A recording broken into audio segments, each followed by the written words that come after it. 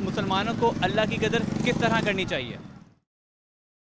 سر قرآن مجید میں اللہ تعالیٰ کا فرمان ہے وَمَا قَدَرُ اللَّهَ حَقَّ قَدْرِهِ، جی ہاں انہوں نے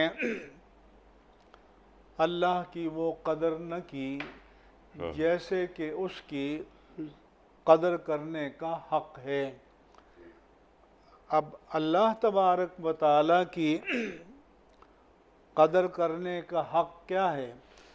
یہ ہے کہ نہ اس کی ذات میں کسی کو شریک ٹھہرایا جائے، ٹھیک نہ اس کی صفات میں کسی کو شریک ٹھہرایا جائے، اور پھر اس کو اپنا خالق، اپنا مالک، اپنا رازق سمجھتے ہوئے اس کے احکام کی پابندی کی جائے، اس کی بندگی اختیار کی جائے۔